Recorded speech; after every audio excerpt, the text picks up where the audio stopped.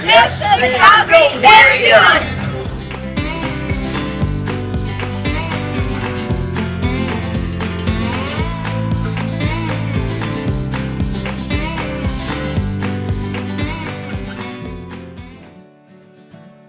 Hello, my name is Brooke Fielding and I am the 2024 Calgary Stampede Princess.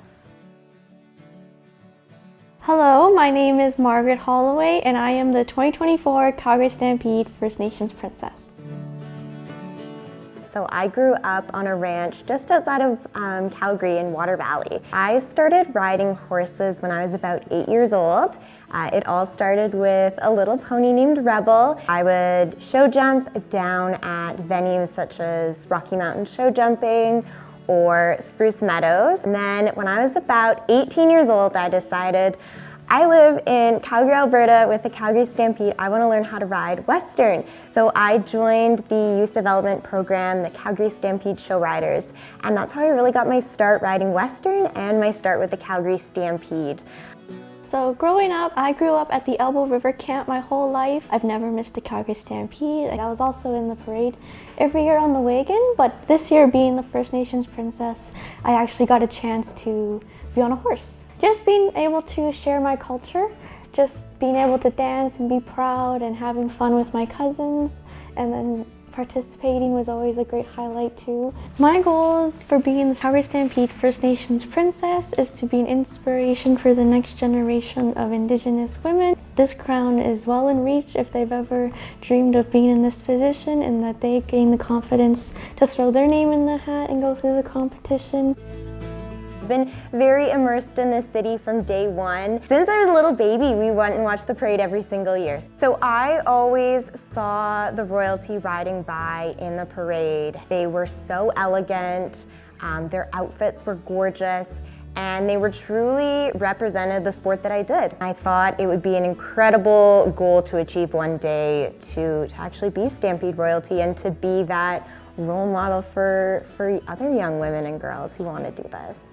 It is a very immersive process to become the Calgary Stampede Princess. The day I got crowned, it was November 1st of 2023, and I just remember standing with the two other contestants for the top three of us, and when I heard my name, I knew my life was really gonna change.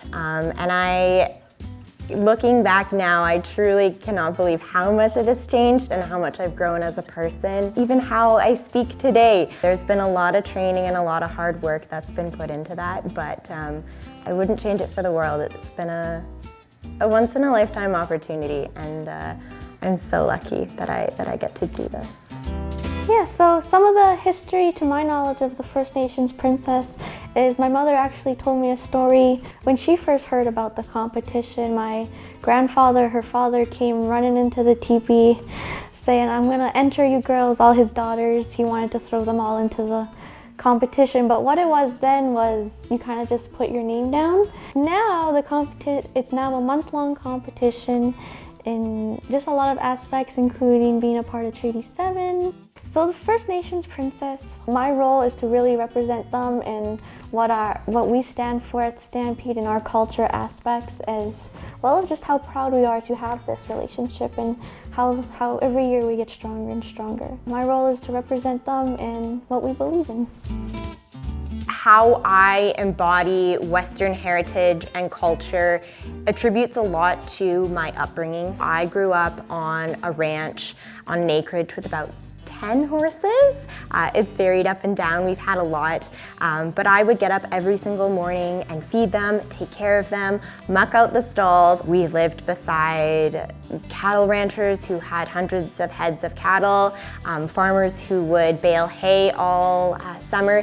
So it's very much a natural part. So when I get to talk to people who are visiting from all around the world coming to see the Calgary Stampede, it is quite natural to me because it is very much a life that I have lived. That is a lot about what we're trying to foster in our youth, and a lot of what our youth development programs really comes back to agriculture and the roots that we come from.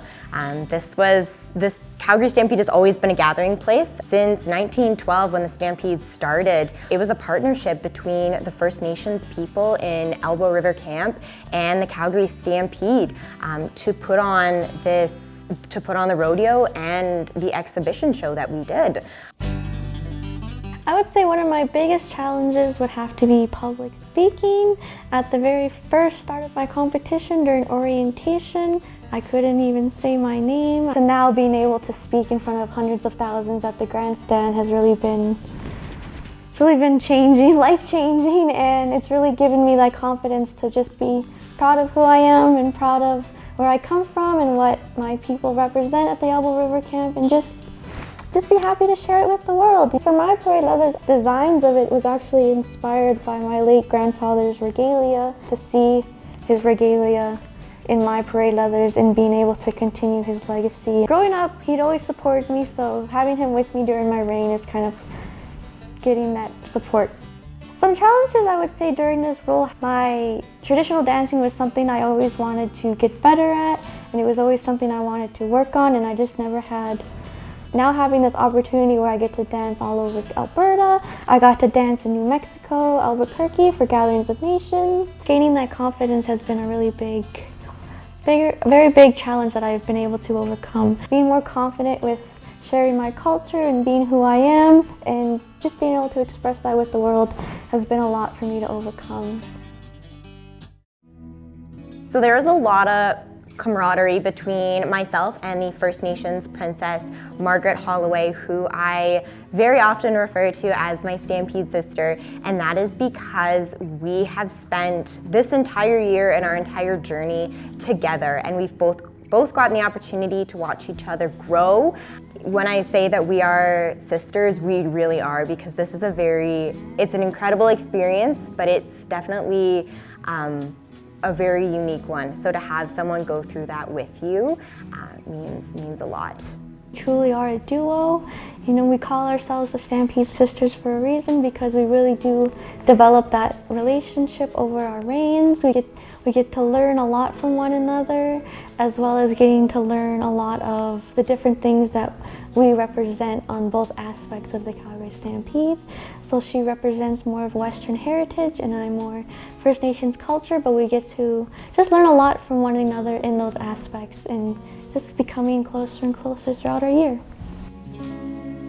So when I look at the legacy that I want to leave for being the Stampede Princess, I think I want young women to feel inspired and to feel like they could connect with me or come up and ask me a question at any time. I love sharing about the history of how I've grown up and my involvement with the Stampede, but also I really love learning about other people's experiences and what welcomed them to the Calgary Stampede. My future is definitely bright. This position has given me a lot of opportunities, and I do think I'm actually going to pursue my doctorate of veterinary medicine. I will definitely be joining the Queen's alumni. So one of the most incredible parts of this role is it doesn't just end when I do pass my crown on to the next girl. There is an incredible Queen's alumni sisterhood that I get to join when I am done, and they are really involved in our community all throughout the year, and they've been some of my biggest supporters throughout my own journey. At the Elbow River Camp, a big inspiration for me was the First Nations Princess. I was a woman that I could always look up to and be inspired by, and I looked for her every year because I always thought she was so beautiful and she carried herself flawlessly with representing us. So a message for me was just to kind of give back to the next generation of young Indigenous women, and that I hope that I was someone that they could look up to and be inspired by and know that this is something that's in their reach and it's a possibility that all they have to do is grab it and it's theirs. A message that I would want to convey is just how proud I am to be First Nations and how proud I am to represent not only Treaty 7 but also be a voice for all First Nations people of Canada, and just know just how strong we are as people and how resilience is still a very much goal for us, and that we're just still here and we're proud to be here. It's a huge honor that I am so grateful I got to do. We encourage them to come and learn more about us because we love to share our culture with the world.